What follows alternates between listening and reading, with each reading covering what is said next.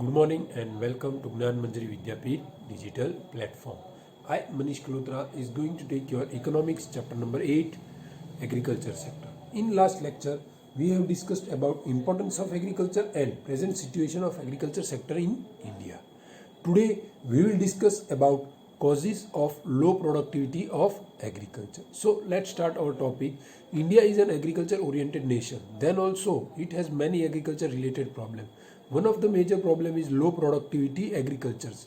In reality, agriculture productivity, it can be in terms of productivity per hectare or income per hectare or being measured. Agriculture productivity is very low as compared to that of the world. Responsible factors are as follows. તો આપણને ખબર છે કે આપણો દેશ જે agriculture આપણે એમ કહી શકીએ કે એગ્રીકલ્ચર રિલેટેડ કે આમ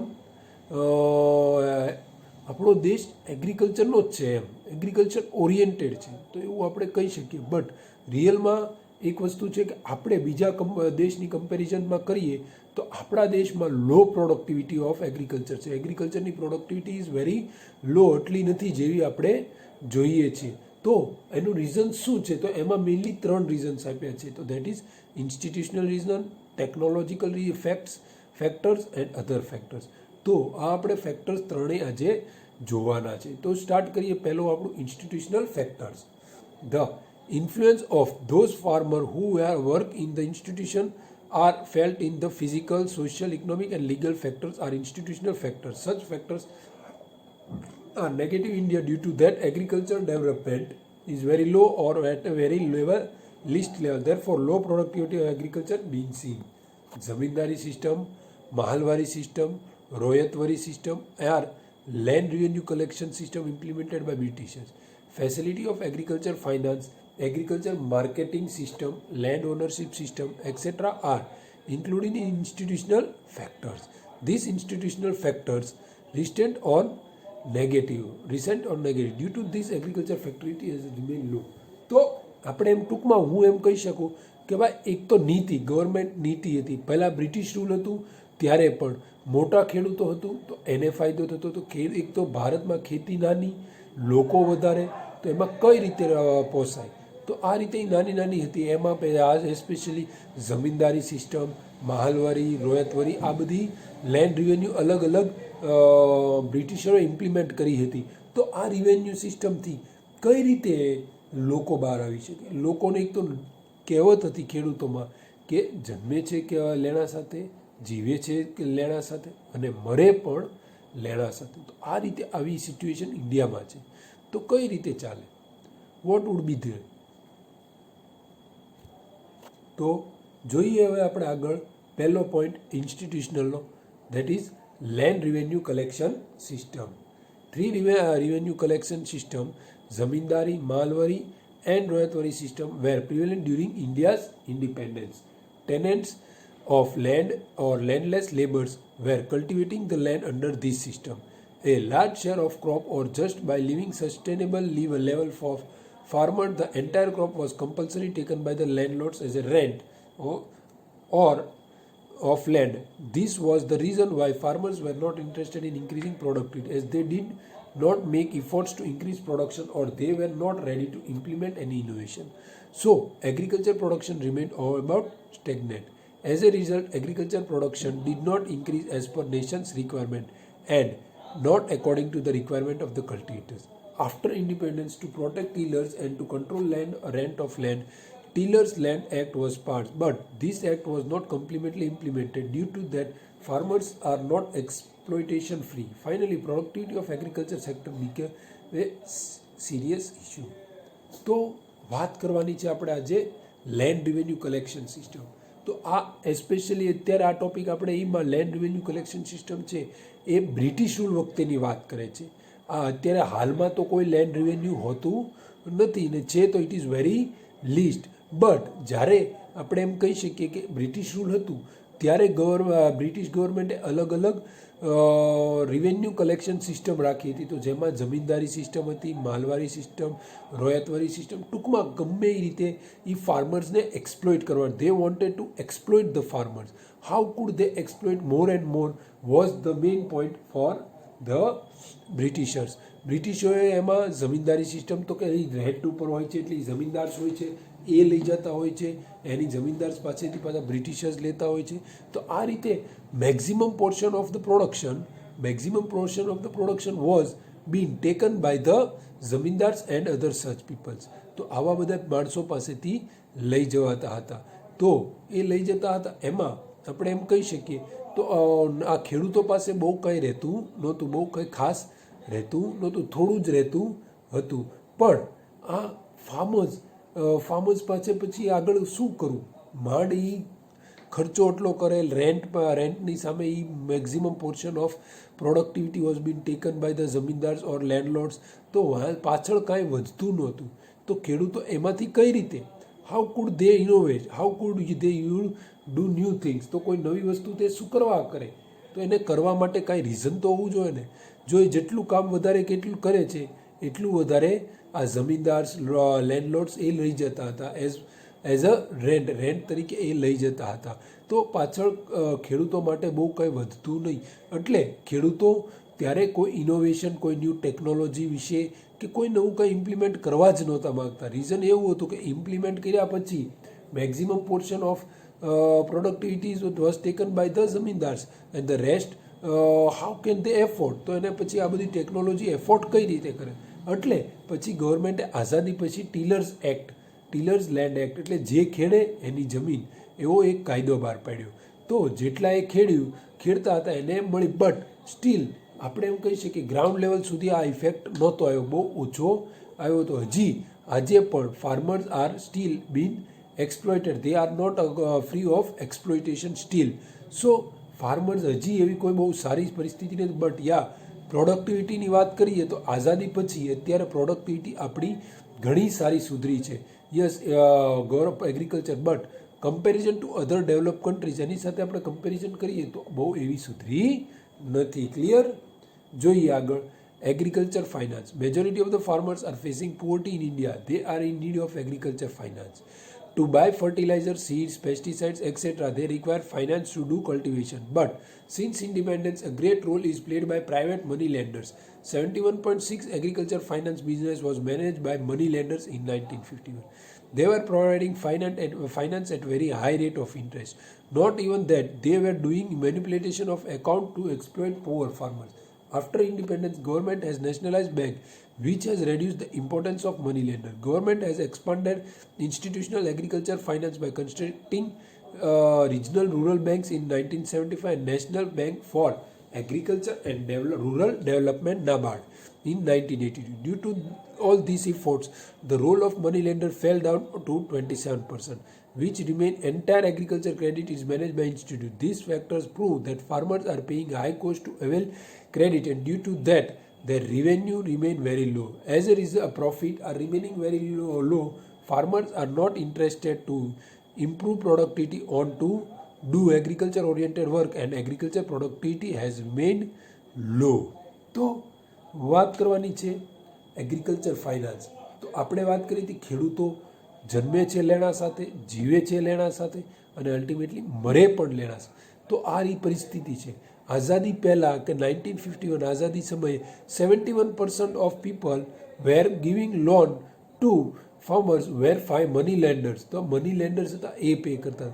બટ પછી ગવર્મેન્ટે નેશનલાઇઝ બેન્કોનું કરવા માંડ્યા, નાબાર્ડની ડેવલપમેન્ટ કર્યું, રૂરલ બેન્કનું ડેવલપમેન્ટ કર્યું.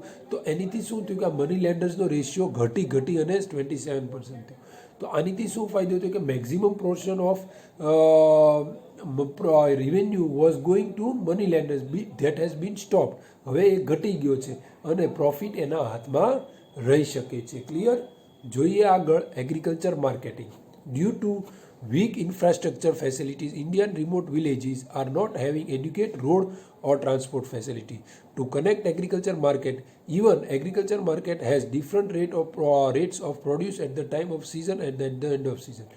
Majority cases high price benefit go to the traders and holders. Farmers who are under the debt are forced to sell their crop before crop get ready to local lenders and brokers.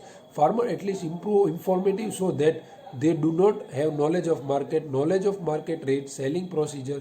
Therefore, they are not able to get good returns of the crop, and due to this become pessimist. Agriculture marketing.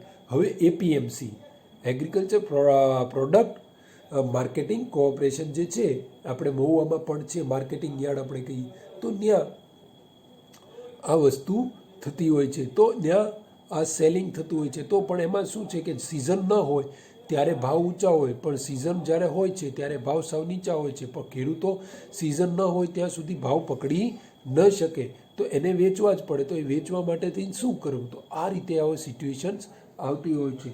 તો કઈ રીતે એને પાર પાડવું, એ માટે આમાં ઘણીવાર ફાયદો કોણ ઉપાડી જાય? તો બ્રોકર્સ હોય છે કે આ લેન્ડર્સ હોય છે, એને જ બધો લાભ જતો હોય છે maximum. Even farmers are not aware about the price of the product. એને પૂરી પ્રાઇઝની ખબર નથી, એને માર્કેટ વિશે કોઈ નોલેજ જ હોતું નથી. ક્લિયર? જોઈએ હવે 4th point, rural social structure. Indian farmers are fatalistic and having least information. Rural society is bound with old tradition and structure. As they are fatalist, they accept problems given by nature and accept situation of scarcity. So they do not cultivate for sustenance only. They are not having motivation to attain economic development of cultivation, increase in income. This is the reason why agriculture, which is center point of rural agriculture areas, is having low productivity. તો rural structure, આજે ખેતી ઝાઝા ભાગે ગામડાઓમાં જ થાય છે. Maximum farmers are living in rural areas. તો એ લોકો હજી એ ઓલ્ડ ટ્રેડિશનથી કામ કરતા હોય, ઓલ્ડ ટ્રેડિશનથી રહેતા હોય છે, હજી એ જૂના બળદથી જ કામ કરતા હોય છે. તો આ બધી વસ્તુ એને સિચ્યુએશન એને એક્સેપ્ટ કરી લીધી છે કે ભાઈ અમે ગરીબ જ છીએ, અમે ગરીબ જ રહેવાના, અમારી પરિસ્થિતિ સુધરશે જ નહીં.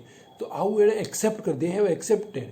તો એ આગળ વધવા જ નથી. એ ઇકોનોમિક ડેવલપમેન્ટ વિશે, ન્યૂ ડેવલપમેન્ટ શું થયું છે, ઇન્ક્રીઝ ઇન્કમ કઈ રીતે કરવી, એ વિશે એ વિચારતા જ નથી. એ બસ એની જે પરિસ્થિતિ છે એમાં ને એમાં જીવવા માગે, રૂરલ એરિયાઝમાં જ જીવવા માગે છે. એને કોઈ આગળ આવવાનું વિચાર પણ નથી. ક્લિયર? તો આ હતા આપણા ઇન્સ્ટિટ્યુશનલ ફેક્ટર્સ. હવે આપણે જોઈએ technological factors.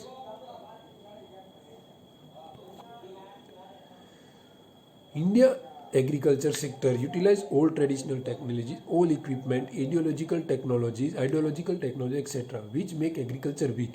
Even in the present, farmers use plow and bullock instead of tractor. They are traditionally seeds and they use traditional seed instead of hybrid seed, which give low productivity. Thus, use cow dung as manure instead of chemical fertilizer, which give low productivity.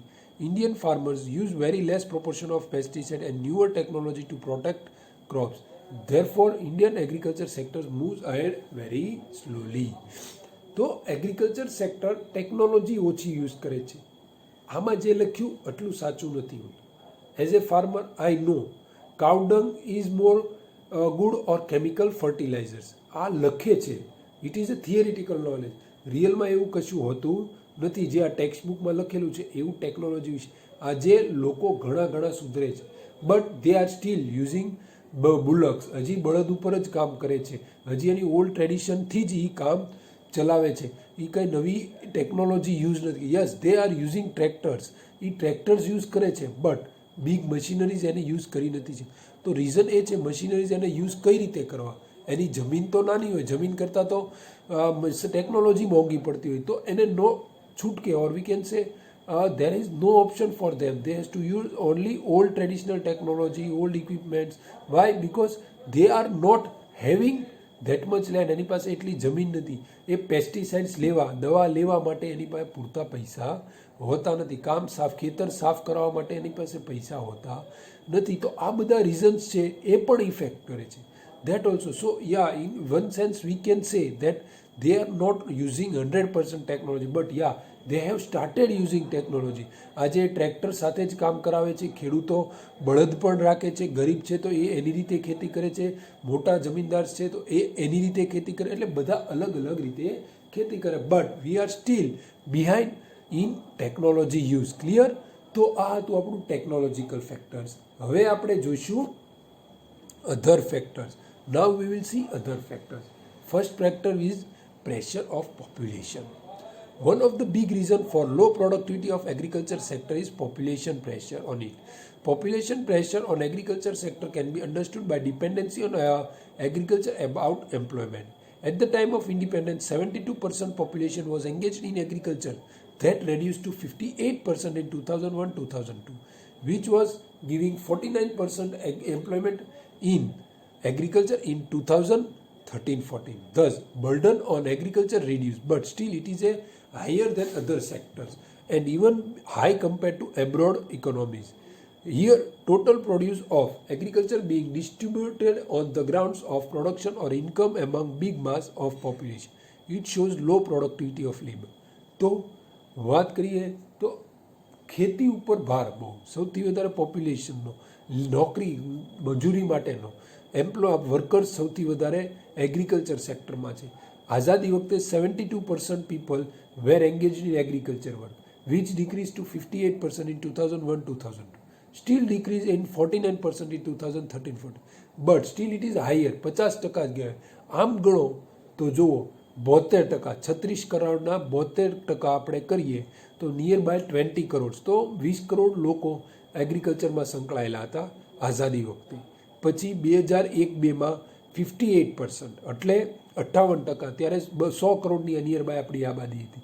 100 crore એટલે 58 કરોડ લોકો. તો આઝાદી pay વખતે કેટલા હતા? ફક્ત 20. તો અને 2001 આવી સાલ ત્યાં 58 કરોડ, એટલે 3 ગણા વધ્યા. સ્ટીલ હજી આપણે 49% ઇન 2013-14. તો આજે 13-14માં નિયર બાય 125 કરોડ, એટલે નિયર બાય આપણે 125, એટલે આપણે એમ કહી શકીએ 65 કરોડ લોકો હજી આજની 60થી 65 કરોડ લોકો, 60 કરોડ લોકો, 58થી 60, તો સ્ટીલ વધ્યું છે. હજી inflow of workers R coming in agriculture. હજી એગ્રીકલ્ચરમાં પોપ્યુલેશનનો ભાર વધતો જ જાય છે. પર્સન્ટેજ વાઇઝ ડિક્રીઝ થયો છે.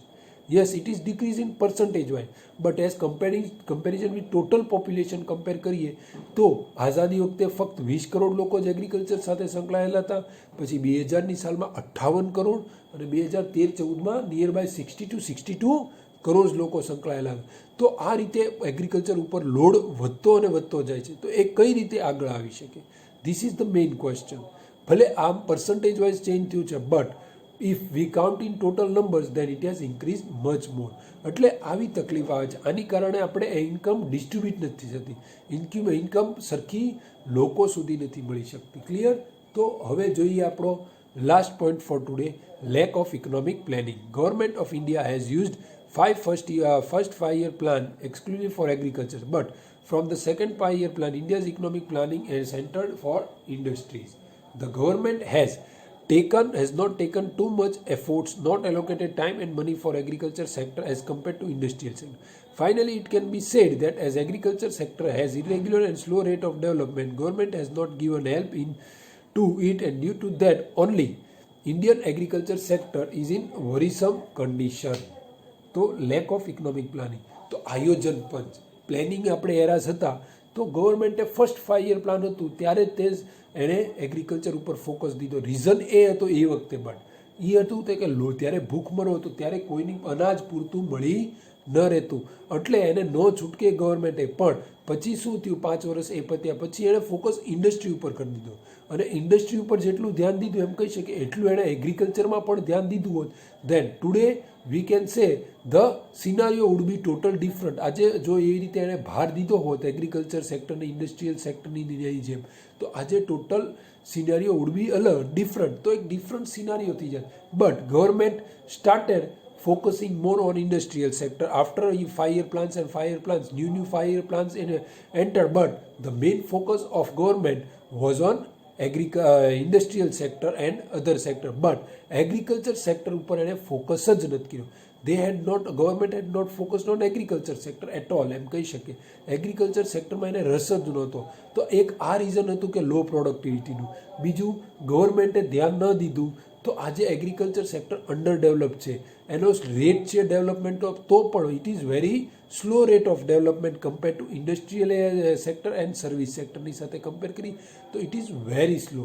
તો આપણે એમ કહી શકીએ કે government if had look over to agriculture sector, then there would be a different scenario, but today it is a worrisome condition for agriculture sector. તો એગ્રીકલ્ચર ઉપર આજે ચિંતિત છે, બટ હવે ગવર્મેન્ટને ધ્યાન દેવું જોઈએ એવું આપણું માનવું છે. ક્લિયર? તો આ હતા આપણા other factors. So here I conclude my topic of causes of low productivity of agriculture. In next lecture we will see measure to increase productivity. So for today here, thank you very much and Jai Hind.